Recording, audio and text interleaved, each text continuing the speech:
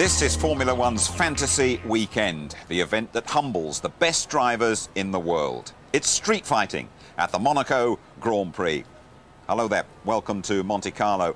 We came here with the sport under fire after that contrived Ferrari finish in Austria. The remedy? Well, mix a perfect Mediterranean weekend with the most compelling qualifying session of the championship.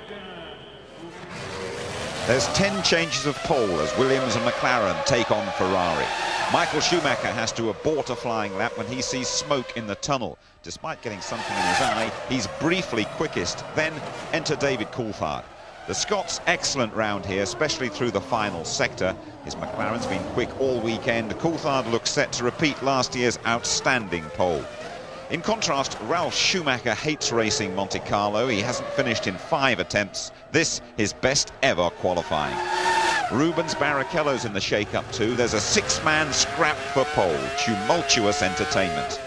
2 minutes after the hour, Juan Pablo Montoya shatters the record. The only man in the 1/16s, nearly half a second ahead of the rest. That was special, says the Colombian. 8 Michelin runners make the top 10, Montoya and Coulthard up front. Then the Schumachers side by side. Raikkonen, Button poised for points. McNish 10th on his Monaco debut. Fisichella 11th, Villeneuve 4th last year, starts 14th, and the Jaguars suffering down the back. It's the 60th Monaco Grand Prix with Martin Brundle and James Allen. Well, you know the procedure here. The heart is going like a trip hammer. It's Monte Carlo or bust when these 5 lights go out. Are you ready? Are you ready? Are you ready? Traction control ready? Everything ready? Drop the clutch and let's go! Montoya's away well, but Coulthard is away better. He's around the outside. Coulthard leads into San Yvonne. Fantastic start by David Coulthard. Michael Schumacher in 3rd. Everyone looks as though they've got through safely, and that's exactly what Coulthard wanted. But Jacques Villeneuve has not taken the start. Right in front of where Mia Martin are. Jacques Villeneuve, you see his car being pushed away, but Coulthard has got the dream getaway, Martin. Yes, he did. He had a great getaway. Montoya initially away well, and then seemed to just catch some wheel spin or hesitate, maybe as it went into second gear. And the McLaren just streamed down the outside, and an easy first corner then for David Coulthard. That's what he said to us on the line he wanted to do. He said, no, I've just got a mission to be first. I'm not going to bother defending today. I'm going to be first into that first corner. And there's a Renault ahead of, so Trulli in 5th, ahead of Raikkonen. He has made up 2 places, Jarno Trulli. Great start by Jarno Trulli. Those marshals have got about 20 more seconds to get Villeneuve's car out of the way. It should be okay, and look at the lead Coulthard has already. Down into back. He leads from Montoya, Michael 3rd, Ralf 4th, Trulli 5th, Raikkonen 6th, Barrichello 7th, Salo 8th, 9th McNish, and 10th Heinz-Harald Frentzen. The big loser then is Barrichello in that. Barrichello slipping back from 5th to 7th. So Barrichello really not getting away well. And the 2 Toyotas lined up behind him, 8th and 9th. Frentzen up into 10th place. So Coulthard leads then. Over the line he goes. And the gap already 1.1 seconds. That's a healthy first lap for David Coulthard. Very impressive start by David Coulthard from a standing start. Now we talk about fuel loads. How much weight are these cars carrying around this track? Martin has speculated that Ferrari might try and run light to try and get a jump on these 2 front runners in front of him. There's no sign of that yet, but he does look very racy, doesn't he, in 3rd place. But we know for a fact that McLaren, David Coulthard, have the biggest fuel tank in the field. They can run the longest. Montoya is probably going to have to stop 2 or 3 laps before Coulthard, and the Ferrari has a smaller fuel tank than both of the 2 cars in front of them. So the reason that the 2 Toyotas are 8th and 9th is we've lost a top 10 starter, and that of course is Jenson Button down in 17th place. We haven't seen any problems for him. We don't think he's gone off as such, but quite clearly maybe down an escape road somewhere, a half spin, and Button then with a disaster all the way down in 17th. Well, the weekend's sort of gone backwards for the Renault team, hasn't it? They were fastest, as you can see. Jacques Villeneuve has finally got going, and he now chases the rest of the field. Yeah, the Renault team were fastest on Thursday, Jarno Trulli, again in free practice on Saturday morning, but then through qualifying and now warm-up in the race, they seem to have been going backwards as everybody else increased their pace. Lap 2 then, Coulthard leading, 1.1 seconds from Montoya. Michael Schumacher still 3rd, Ralf is 4th, Trulli 5th, 6th Raikkonen, 7th Barrichello, 8th Salo. Alan McNish going wonderfully well in 9th place. Big cheer from him in Dumfries. And 10th is Heinz-Harald Frentzen. Fisichella is in 11th place ahead of his teammate Sato. Massa 13th, 14th Benoldi. Nick Heidfeld not going very well by his standards, down in 15th place. Eddie Irvine is 20th. Now this is exactly what we thought. Look, 1, 2, 3, 4, 5, 6, 7 cars line astern, and the Toyota's hanging on well too. There really isn't a big performance difference between any of these front 9 cars this afternoon. And we are settling in then, I think, for a classic Grand Prix, because they're just beginning to edge back at David Coulthard. The gap down now to a second. There's a replay. Coulthard really with a big comfort zone into turn 1. Michael Schumacher locking his brakes. Barrichello then obviously just slow away at that point. And where is Jenson Button? There he is, right at the back. So clearly Button just didn't get away from the line. And Coulthard nicely away, look, begins to move over and thinks, no, I don't need to cover him, I just need to pass him. And a lovely, clear run, and look at the view ahead. What a wonderful feeling, nobody in front of you. There we go. Let's see if we can see a problem for Jenson Button. Yeah, Button just didn't get away properly.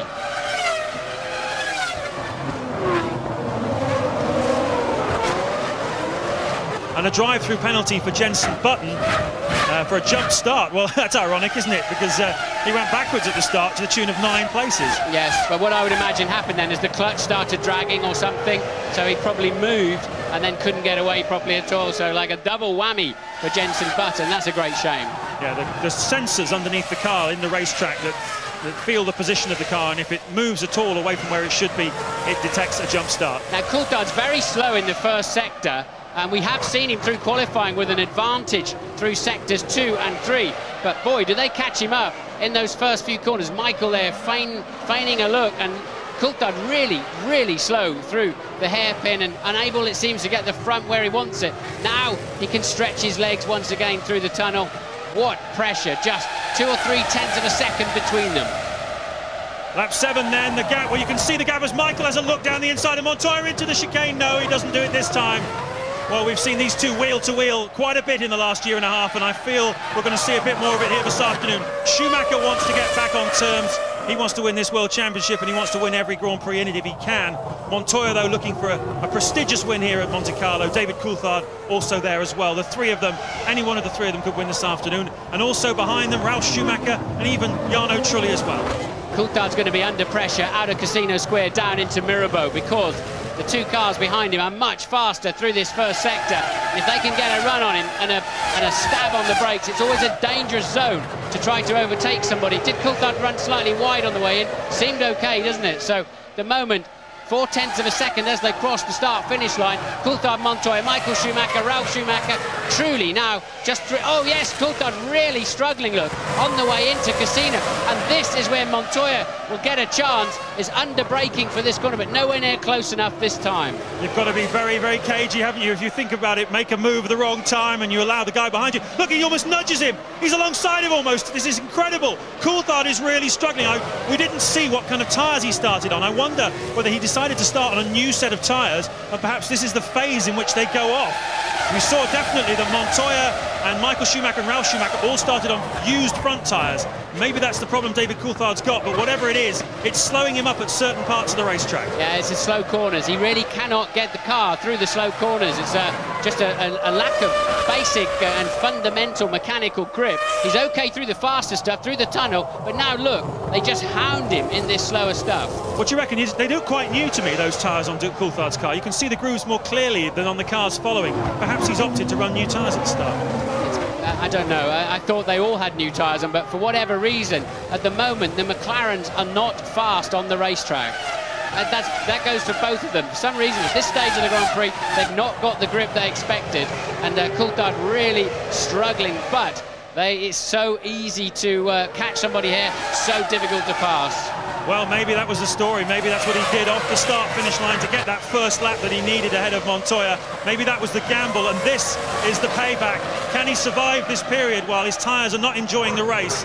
He's getting enormous pressure from Montoya, who in turn is getting huge pressure from Michael Schumacher. If they've managed to avoid nudging each other nose cone to gearbox so far in the last few laps, I would be surprised. That's how close they are. You could throw a handkerchief over them. Coulthard really beginning to back the pack up now, because homing in Now it's just 5.4 seconds all the way back from Coulthard to 7th place man Barrichello. So Coulthard definitely struggling with the handling of his car. There's 2 places they can pass him realistically. One is into Mirabeau, as I said, after Casino Square, and the other is after the tunnel. Fortunately, Coulthard seems to be very quick through the kink in the tunnel. I remember the, what would it be, the 1989 Monaco Grand Prix. You were racing for Brabham. You passed quite a lot of cars that day, didn't you, on the way to 4th, was it? Yeah, I lost a battery and I had to stop in the pits for 2 minutes. I had absolutely nothing to lose and everything to gain, and every banzai move paid off. You can do it, you can overtake, but you need somebody to be reasonably willing that the person you're overtaking has to sort of play the game a little bit sometimes. Well, it's very close around the streets of Monte Carlo. This is the kind of race that we anticipated all weekend, when it became quite clear on Thursday and again yesterday in qualifying that this was not going to be a track on which Ferraris were going to dominate, as they did in Imola and Spain. And this is the result. Montoya now closer than ever to the back of Coulthard, going down to Mirabeau. Ralf Schumacher just watching all of this, waiting to see if any of the top 3 take each other out. They've all got to mind their front wings. I mean, if they tag the back of Coulthard's car, they could break the under tray, could break the rear wing upright. Mostly it just hurts the Venturi coming out of the back. It does hurt the handling quite a lot, but they will, as Montoya knows well from the little tag he had with Michael Schumacher in Brazil, you can soon lose a front wing around it. Michael still then feigning a look around the outside. Coulthard almost stationary through the chicane. Yes, I was going to say that Montoya clash with Michael Schumacher on the opening lap in Brazil will have reminded him not to be too impetuous in the opening stages. A Grand Prix, long distance, and I think he felt rather foolish that day when he clouted the back of Michael Schumacher and lost a chance of victory. We're on lap 10. Coulthard, Montoya, Michael Schumacher and Ralf Schumacher are all right together. 5th place still Trulli, 6th is Raikkonen, 7th still Barrichello, 8th Salo, 9th McNish, 10th Brunson. The pressure really mounting though on the front 4. Juan Montoya under pressure, and that's one of the Toyotas off. It's McNish in Sandevort. He's run wide. Look, clips the curbs into the barrier on the outside and just missed by the Arrows and the Jordan. We're on board though with Olivier Panis, and that's down in 16th place, now 15th place. He's inherited that from Alain McNish as he crossed the start-finish line. Nick Heidfeld up in front of him in the Sauber, up the hill then into Massenet, 165 miles an hour, breaking down 2 gears into the Casino Square. Look at all these people. Fantastic place to watch a Grand Prix, the Casino Square. And then down this very charismatic, past the tip-top bar on your left there. No time to stop for a drink though. Quick short shoot down to the Lowe's hairpin, as it used to be called, now the Grand Hotel hairpin. One of the most famous corners in Formula One. They've been using it since the 20s, as they have with most of this racetrack. This is where Senna went off a few years ago, and then into the tunnel. It all goes dark, up to the maximum speed for this circuit, 185 miles an hour, and then brake very hard downhill into the chicane.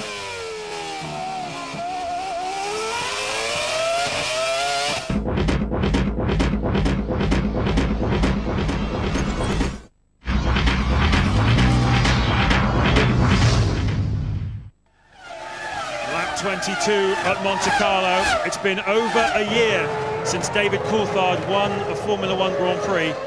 It was Austria 2001, his last victory. That's 17 races ago, and that's been a very long time by his standards.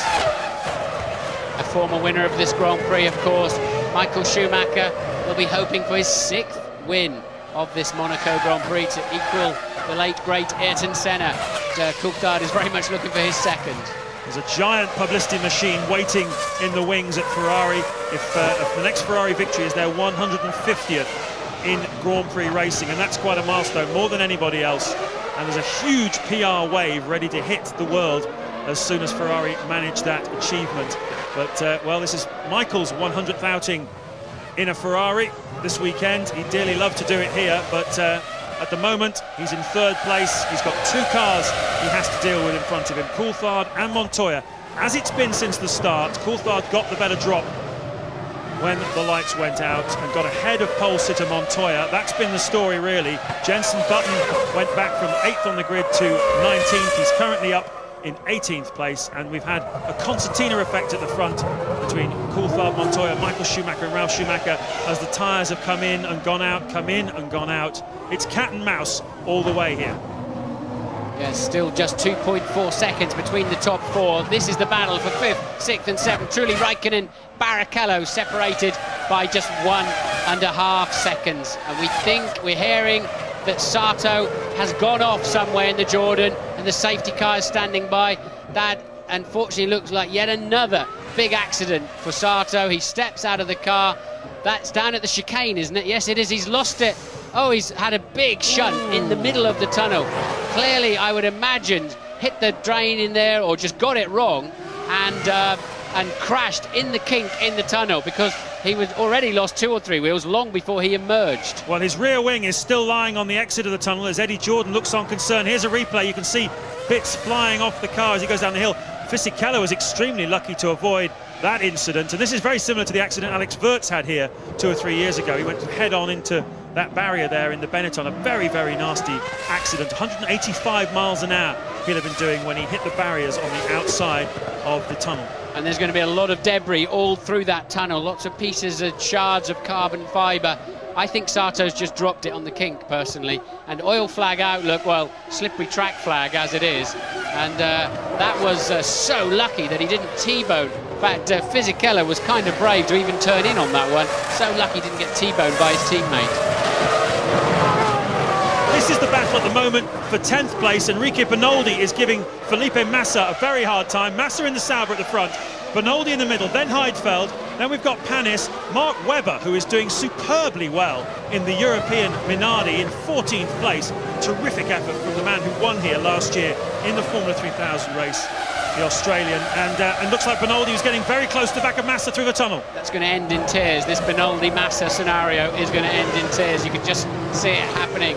Two relatively inexperienced, hot-headed Brazilians, and Massa definitely under severe pressure. We know how well that Arrows is handling around here, because Frentzen is up in 8th place and just about matching the leaders for pace. So really Bernoldi needs to spring clear. In front of them there's an 11-second gap to 9th place man Fisichella, and that will definitely, I mean, he's having a much better race than last year. Remember, Coulthard was stuck behind him for 50 laps or something.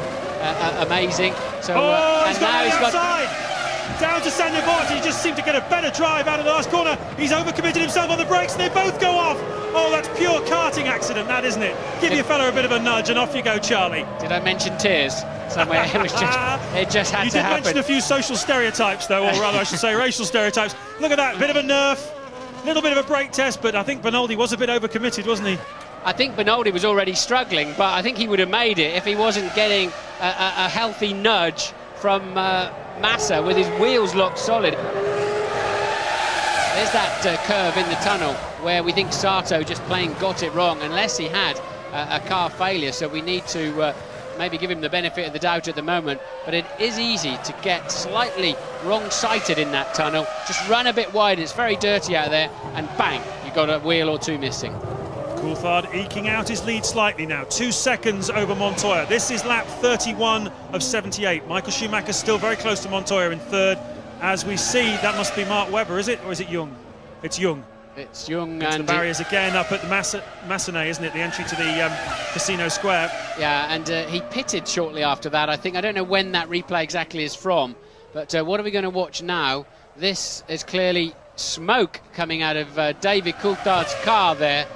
As he bounced over, you do tend to just touch the limiter. You see then how Ralph moved around the big bump. So often it really hurts the car there. But really worrying signs of a bit of smoke from Coulthard's car. And well sideways was Coulthard as he pitched the car into the hairpin there. But I don't like the look of that at all, James. That's Young in the pits, but how long can Coulthard hang on for? Well, of course, even if it doesn't go bang, he'll run out of oil eventually. So bad news there. I mean, let's hope we're wrong. And this is really hotting up here in Monte Carlo. It's lap 35. Michael Schumacher smells blood as well. He's keeping the power on. He's just set the new fastest lap of the race. Ralf Schumacher is also pushing hard as well. And some lap traffic coming up. David Coulthard with a whole host of problems to deal with. Massa was given a stop-go penalty for bundling Bernoldi off the racetrack when he locked his wheels down into Sandevort. Bernoldi did rejoin in 15th place. Massa is now down in 18th position. Shame for them, they were fighting over 9. Coulthard maintaining. First sector was identical for Coulthard, Montoya, Michael Schumacher, absolutely identical. What are they going to do in the middle sector of this lap? And we're looking at this like qualifying, James. It is sector by sector, this Grand Prix. Absolutely, and Coulthard's just set the fastest middle sector of the Grand Prix so far. So whatever that smoke is, maybe it's just a leak of some sort that's just pouring onto one of the hot parts of the engine and just causing the smoke to come out. We will find out. It seems to only be coming from the left bank of cylinders, though, doesn't it? Yes, it does. And I'm thinking about when he had a problem earlier in the year and we thought we saw some engine smoke. But if you start getting a hydraulic leak, the hydraulic fluid does go onto the exhaust and it comes out. Look at that, a stunning 19.7 for Coulthard. If you get a small hydraulic leak, it can just come out and burn on the exhaust and come out the back of the car exactly as if it's an engine problem. And we saw, I think it was Melbourne, wasn't it, where Coulthard appeared to have an engine problem that ended up being a hydraulic problem. And of course, eventually he will lose the throttle and lose the gear shift, all operated from the hydraulic system. Yes, the hydraulics terribly important on a Formula One car. They're so sophisticated, these things.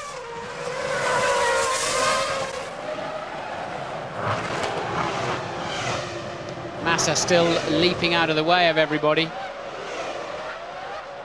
I think he's probably had a bit of a talking to from the team management at Sauber, just saying keep it under control. That's the McLaren team, one of the refuelers. They have this real Star Wars kind of outfit. They look like stormtroopers, don't they? Keep looking around to see where Princess Leia is, but sadly she's never in the pit lane. But the McLaren stormtroopers are ready for possible trouble. Kimi Raikkonen and David Coulthard, their two drivers. Bit early though for either of them to make a stop, as they are reputed to have the largest fuel tank in Formula One, and about 110 odd kilos it's capable of holding, and that should be able to get them into the deep 50s, maybe even into the early 60s. Yes, Tyrrell once ran non-stop here with Mika Salo and came in 5th for 2 World Championship points, but surely on a dry day, none of the front runners, Barrichello has got a problem. And he's had a touch, so Barrichello and Raikkonen have touched. Clearly Barrichello's had a go in the braking zone for the chicane. Yes, indeed, look, he's gone up the inside and just couldn't slow down. And no problem, it's not Raikkonen's fault, all Barrichello's fault. Raikkonen perfectly entitled to turn in. Wouldn't really be expected to be looking in his mirror at that turn-in zone. Barrichello got frustrated, and you lose. Do that here and you lose. Absolutely all down to Rubens, that one. Just too late on the brake pedal, and that has damaged the left rear too. Here we go again. That's damaged the left rear of Raikkonen. I'd be very surprised if it hasn't hurt his suspension as well. Well, I would, because it came in at an angle, and ironically it might well be Rubens Barrichello the only one who's able to rejoin after that, because the main damage he sustained was the nose cone. You can see for yourself it's been replaced, and we're just waiting for him to engage gear and get out of the pits. Go on, Rubens, give it a whiz. There you go, lad. And he's back in the race, but what about Kimi Raikkonen? That's his car. Right there you can see in the pit lane, it doesn't look as though it's going anywhere. Now, the suspension's not designed to take loads in that direction at all. It's obviously up and down, and keeping the wheels in place is what it's all about. For this super lightweight suspension, pick it up in your hands, it weighs virtually nothing, and give it a whack from the wrong angle, and it'll just break so easily. And Raikkonen then stepping out of the car as we expected. That's probably an hour's job changing that, or is he getting back in? If they can change, the trouble is that if they have to change an upright or wishbones, there's so many sensors on them these days, it takes them an age. But it seems like he started to get out of the car, and they're saying, no, get back in. Maybe we can fix this for you. Well, it's what happened with Michael Schumacher here a few years ago. Do you remember? He climbed out, and Ross Brawn said, no, we fixed it now. Get back in again and put some more miles on the car. You never know. Anything could happen at the front. The top 4 could take each other out, couldn't they? No doubt about that. We've seen bizarre races here in Monaco, and now, mind you, we've still only got 3 retirees so far this afternoon, although we've seen plenty of incidents, plenty of people flying off the road. They've all rejoined, apart from Jung, Sato and McNish. Well, we're hearing from the stewards that Rubens Barrichello is under investigation for that incident. Not surprisingly, I think it certainly ruined Kimi Raikkonen's race. He was going along very nicely in 6th place, and all of a sudden he finds himself dispossessed at that point he was on for. Montoya goes straight on at the chicane, though. He's going to have to be a bit careful about that. I think he's got a... Yeah, Montoya get away with it. If you I'm just wondering if he's got a problem. He's going very, very slowly as Montoya.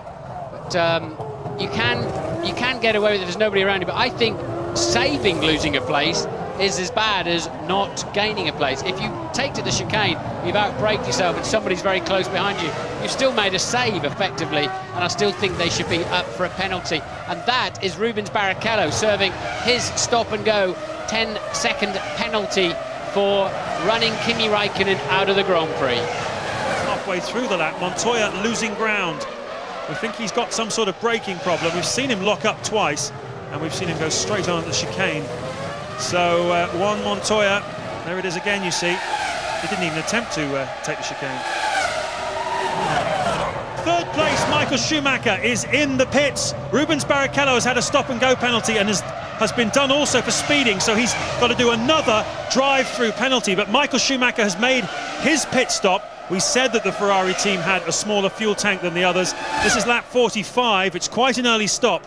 But the thing is, Juan Montoya has been holding Michael Schumacher up for the last few laps to the tune of about a second a lap. They're now Montoya is now 8 seconds behind race leader David Coulthard, and that might be a tactical throw of the dice by Ferrari's Ross Brawn. He may have spotted a gap in the field that he could put Michael back into, where he could get his pace up, and when Montoya makes his stop, he can get ahead of him. I think you're right, James. Look, he's come out just in front of the fast motoring Frentzen. There is Raikkonen back in the race. He's down in last place, 2 laps behind, but quite what his car's handling like, we don't know. It took quite a knock on the left rear from Barrichello. Barrichello penalised for a 10-second stop and go, and another drive-through speeding limit thing as well. Barrichello just lost his head slightly at this stage of the Grand Prix. Coulthard is about to come up to lap, and Raikkonen says, no thank you, that is handling like a pig.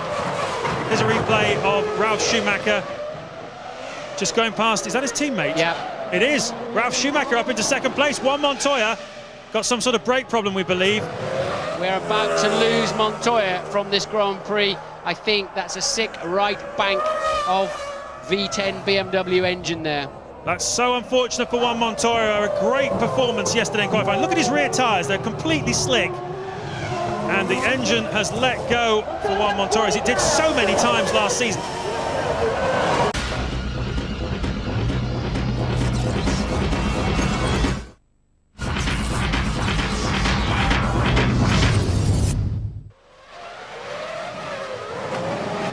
Let's just go all the way through the runners then, as they're on their 49th lap. In fact, they're going to do it for me on the telly. Coulthard, Ralf Schumacher, Michael Schumacher, who stopped once. Fisichella, Trulli, Frentzen, 2 stops. Don't fully understand why Frentzen's got 2 on there. And then it goes on to Panis, Salo, Della Rosa, Barrichello back in the race, having stopped 3 times with his various penalties. Webber 11th, Button 12th, Heidfeld 13th, Irvine 14th, Benoldi 15th. Montoya out of the race, as is Massa's actually now will be up to 16th after his dramas. Ted's in the pits. Martin, there's a hell of a lot of attention being paid to the tyres as they're coming off these cars by the Bridgestone guys. I can tell you that some of them have only got 1 slick left. They're almost totally bald. It'll be very interesting to see what the FIA scrutineers have to say about that at the end of this race. Well, it says in the regulations that the car, and there I think is Salo taking Panis for 7th place. We're hearing from the F1 ITV pit crew. The Williams team are getting ready. You can see it for yourself. We don't know which driver it's for. Well, obviously we do. It's Ralf Schumacher. Montoya's blown up. So Ralf Schumacher comes in from 2nd place.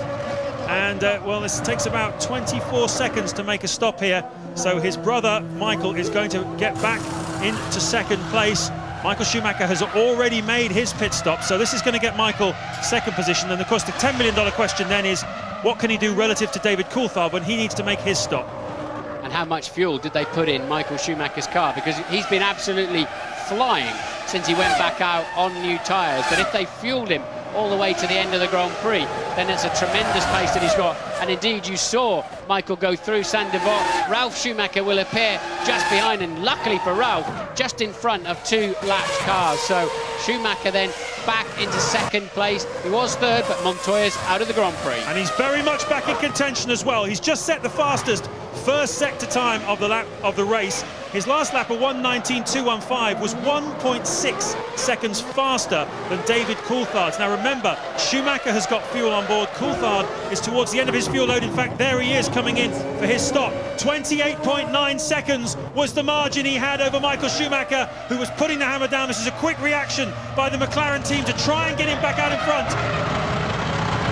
It feels like forever. And that looks like it was fueled to the end, doesn't it? So just 28 laps to go for Coulthard. We just saw Michael Schumacher flash around the exit of the swimming pool. Coulthard will comfortably retain his lead, but he's going to have to get up to speed very quickly, because you'll see the Ferrari in the background anytime soon. We've cut away to a different shot, but Schumacher has just crossed the line with a new lap record, a 1:18.6, and there he is. Still a bit of a blue haze coming out of the back of that McLaren. I think Coulthard is now going to be under massive pressure from the 4-times world champion and current championship leader Michael Schumacher. Brilliant pit work by the McLaren team. They did it for their man by 5.3 seconds. A superb job. He's back out in front, but as you say, Martin, you can see that Michael Schumacher is breathing all over his neck. It was 5.3 seconds when they crossed the start-finish line. It's already a lot less. Coulthard is on a lightly scrubbed set of tyres, we're hearing, so hopefully he won't have any of the problems he had in the opening sector of the race, where his tyre performance was all over the place. These are two different tyre companies racing here. Michelin on the McLaren of David Coulthard, Bridgestone on the Ferrari of Michael Schumacher. How'd you fancy looking in your mirrors and seeing a red Ferrari with Schumacher at the wheel? Reminds me so much of looking in my mirrors and seeing Senna coming at you with the day-glow red and white McLaren. It's sort of, oh no, here he comes. Fisichella there, that he was pitting from 5th, and there's a tangle between, that looks like Button and Panis. That's going to take some sorting out, and Button was obviously making a move, and Panis didn't know, wasn't having any of it. That's a fairly ambitious one there from Jensen. It was a long way up the inside though, wasn't he? So Panis really should have seen that one coming, and Jensen will feel, I think, slightly aggrieved. Panis will be saying, crazy move. Button will be saying, I had the corner, I had the line. 60-40, that's Panis's fault. Will they have to deploy a safety car, I wonder? Because it's certainly a major blockage on the outside of Sandibot. Let's have a look as David Coulthard goes through. Wave yellow flags, not slowing down much, is he? Ooh! Oh. Well, Button's car up in the air on a crane. Panis's car still against the barriers. That was a little bit fast. That used to terrify me, driving underneath cars on cranes, you know, just hanging there on a piece of nylon rope when you're doing 100 miles an hour and you're going underneath a 500-kilo car, and it's a lot of blind faith you're putting in somebody. And Louise is with Juan Pablo Montoya. Juan Pablo, a glorious qualifying session, but a disappointing race. Yeah, but, you know, it's better than last year. And I've been disappointed the first DNF for me this year. In a way, I'm glad it wasn't my fault. Look how close Michael Schumacher's getting then, James, with the arrows ahead of them. That's Bernaldi ahead of them, DC's favourite man around Monte Carlo after their little drama last year. Will Bernaldi get out of the way down the pit straight? It's the ideal place to let the leaders go through. Yes, he does. Coulthard then having gone, no, David, don't hit the outside wall. He looked, because he went tight up the inside and then looked as if he went across the dirty part of the racetrack, and a big, leery, understeery moment, and somehow scrabbled round Sandibot. But it's cost him, even though he didn't touch the barriers. Look at it, it's cost him, because Michael Schumacher's closer than ever. And this is rather reminiscent of 1992, isn't it, with Nigel Mansell trying to get past Ayrton Senna in the closing stages. Mansell tried everything. Up, down, round the sides, he couldn't get past Senna, couldn't stop him from taking his 5th Monaco title that year. Can David Coulthard stop Michael Schumacher from getting his 6th this year? Well, we've got another 21 laps in which to find out. Louise is in the pits with Sato. Takuma, another very nasty accident. We only saw the tail end of it. What actually happened? What was the cause? There was I was ahead of Giancarlo, and a team asking me let Giancarlo go because he was slightly quicker than me in the pace-wise, and I was trying let him go and exit the tunnel. Then just closed over the line on the outside. Then it picked the dust up. I wasn't expected it's so dusty there. and I just slide in and touch the wall. We saw a slow-mo replay of Ralf Schumacher with an apparently delaminated left rear tyre. I think I saw Jenson Button have the same problem through free practice. I wonder if he is pitting. Ralf Schumacher, third place man, has pitted. He had 30 seconds advantage over fourth place man Trulli, so he will maintain third, takes him completely out of contention for the win, of course, but really he was slipping back by some 26 seconds. But let's see him come out of the pit. I believe he'll be comfortably in front of Trulli. Yes, indeed he is. So a bit of a delamination. Trulli passes the start-finish line now. You may see him appear in the back of the screen. That's a Sauber. Didn't quite see Trulli. So Ralf then securely in third place. Often that cut comes from some of the shards of carbon fibre that we talk about. Yes, he was lucky, Ralf Schumacher, that delamination happened relatively far around the lap, because clearly it would slow him down quite a bit. There's Felipe Massa, quite a bit of smoke coming out of the back of that car. Is that Sandevot, his old friend Sandevot? Yes, it is. Get off the brakes. He's not quite got that corner right this weekend, has he? Ooh, no point turning the steering wheel if you've got the front wheels locked. They need to be turning to generate some lateral grip, and that was a new boy panic, really. Massa making quite a mess of everything. Don't know if he's... I'd have thought he should be absolutely easily okay, to be honest, in that. Maybe he's just talking to the pits. Maybe he's just trying to compose himself. But it'll hurt his neck, but I'd be very surprised if he's hurt himself. This is the battle at the front, though. Coulthard has been there all afternoon. He was followed for a long time by Juan Montoya, but we lost Montoya to an engine failure a few laps ago. Mika Salo, though, has beamed it into the barrier at the top of Massenet, the top of the hill before the Casino Square. Thumbs up, he says, I'm okay, but that is going to be lots and lots of yellows. And what's happened there, he looks like I think he's got a right front wheel bearing failed or something like that. That is not Mika Salo's fault. That is a mechanical failure that's put him into the barrier on the left and slammed then straight to the outside. There'll be some heavily waved yellows up there. Will it give Coulthard a bit of breathing space? And he needs to be careful, because I think Coulthard definitely on the defensive at the moment. Michael Schumacher appearing to have a little bit of extra speed. All the bits and pieces doing their job. Apart, in fact, yeah, all the tethers did a good job there. All four wheels intact. Look now at this leading battle with cars ahead. In fact, that's interesting. The battle ahead is for fourth and fifth, and they will not want to yield. No, they won't. This is exactly what we were talking about earlier. The leaders come across a good scrap late on in the race. The two drivers involved don't want to give away anything, and that plays into the hands of the man following the race leader. In this case, it's Michael Schumacher who's licking his lips like the wolf at the door of Little Red Riding Hood's cottage. He can see some good times ahead because, oh no, Fisichella backs off. Well, that's very generous of Fisichella. Very, very generous. And Eddie Jordan will be tearing his hair out down on the pit wall with that one. He'll be saying, no, keep hold of him. Use the leaders as an opportunity to springboard past into that fourth place. Well, he still has that opportunity. If he can get on the tail of Michael Schumacher, when Trulli sees the two of them coming through, he still has a possibility. He's just got to get on the tail of Schumacher. Can he do it? Well, with so few laps left to run, Trulli's going to want to try and make something out of this. Is that going to hurt Coulthard? Trulli will have to yield. If he passes 4 waved blue flags, he'll get a penalty. He knows that. And really, Trulli will need to get out of it in the braking zone and let the leaders through. If not, he's got to pull to the left after the chicane. No, he's done it. He's done it before the chicane. Good, sensible, mature stuff. Oh, that's Fisichella's fair. right up with him, though. Fisichella almost profited. Sorry, Martin. But just you could see him coming steaming down into the chicane. He saw the opportunity, still sees the opportunity. We're into the last couple of laps here in Monte Carlo. It's a grandstand finish for the win. It's a grandstand finish for fourth place as well. The only man who's having a quiet afternoon is Ralf Schumacher in third place. But Coulthard has led everything barring the first few metres of this Grand Prix. And if he can just hang on, I think it'll be a very important victory for David Coulthard and McLaren, and he has to take my driver of the day. So David Coulthard is Martin Brundle's driver of the day. A fantastic performance by the Scotsman. He's still got a few corners to negotiate, though, and so have these two. Fisichella and Trulli, the two Italians who swapped drives for 2002. But here's your race leader for the final time into back. Yeah, and that's the last chance then for Michael Schumacher. For me, the last chance of overtaking on this final tour was into the chicane, and he was nowhere near. Coulthard's just got to keep his head now and ease it over the line. He surely can take this Grand Prix victory now.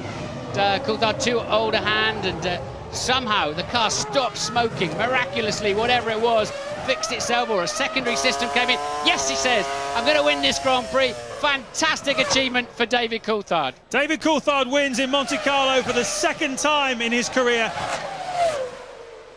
Cracking entertainment. Formula One certainly needed that. David Coulthard, the first British driver to spray the champagne since his win in Austria 18 races ago. We'll be right back. We'll talk to David and some of the other drivers, and Mark Blundell will give his verdict on the Monaco Grand Prix.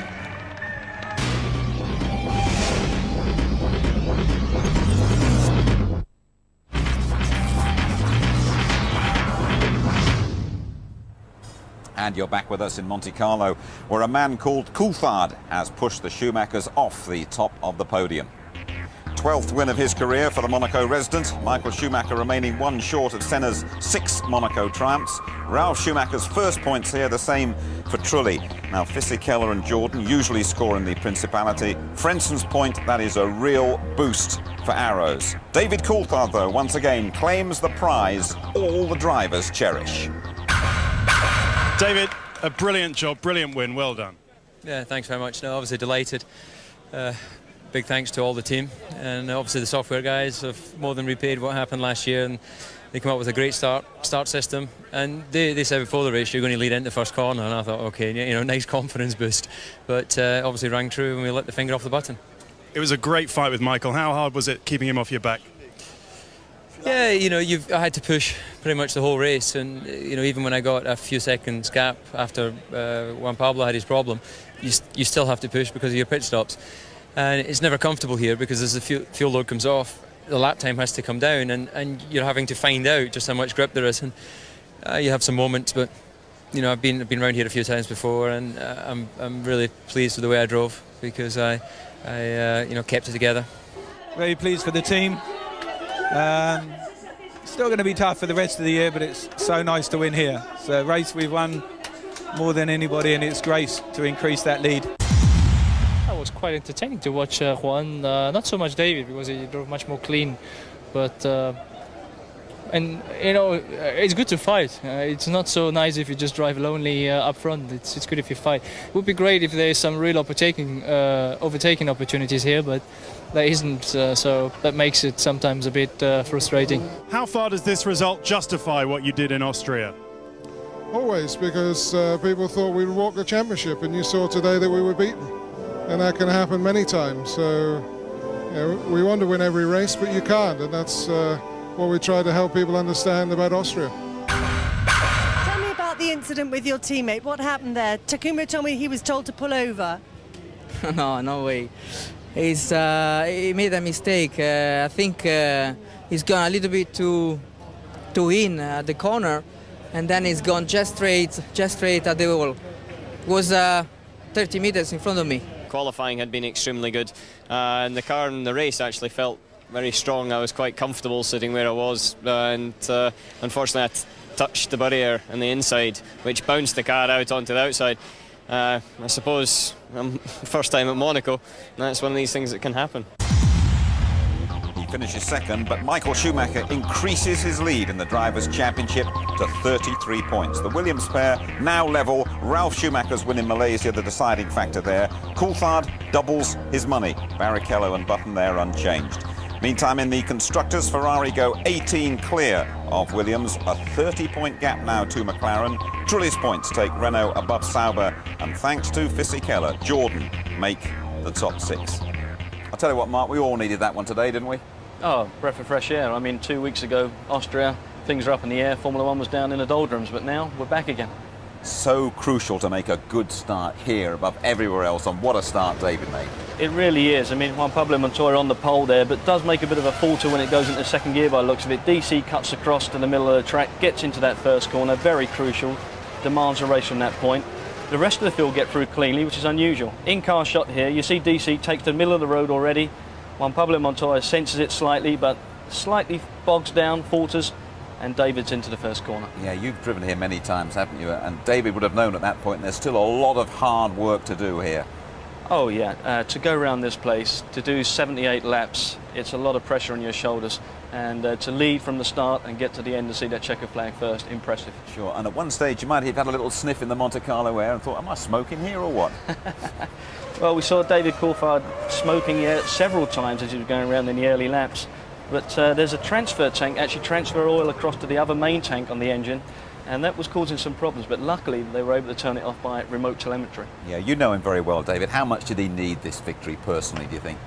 He really needed it because he's had a rough start to the season. Actually saw him at dinner last night in a restaurant, and you could see that he was up for it in his eyes. He knew he had the front row position, he knew he had every right to get into that corner first, and very well deserved. Yeah, and the fact that he's held back Montoya and perhaps more importantly Michael Schumacher, that'll do a lot for him. Well, I tell you, to go around here and have Michael Schumacher in a red Ferrari there for 20 odd laps sniffing around your backside of your car, that is a lot of pressure, and he did it in style. He really was impressive today.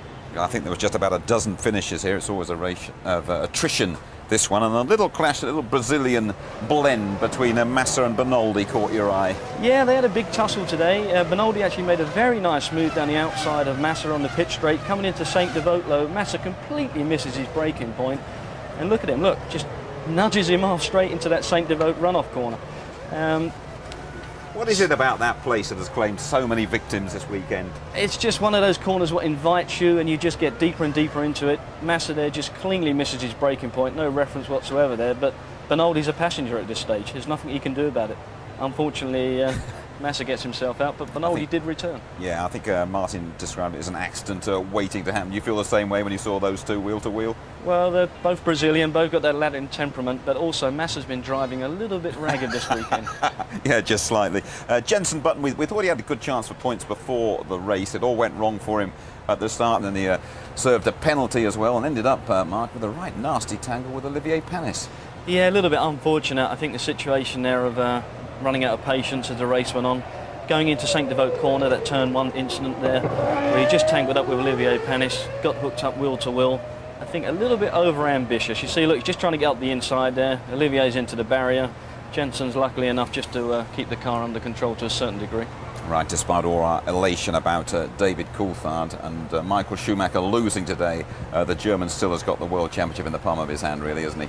Oh yeah, I mean, he would have liked to have won Monte Carlo. They would have liked to have had the 150th win for Ferrari, but it's DC's day. It is indeed. Thank you very much, Mark. Our next stop is Montreal, Canada, for the Canadian Grand Prix in a couple of weeks' time. Catch the qualifying 11:40 on the Saturday night. We're live with the race on the Sunday. A great time to watch it too. 5:15 in the afternoon, and the highlights just after midnight. And tonight we salute David Coulthard, Mr. Monaco 2002. Good night to you all.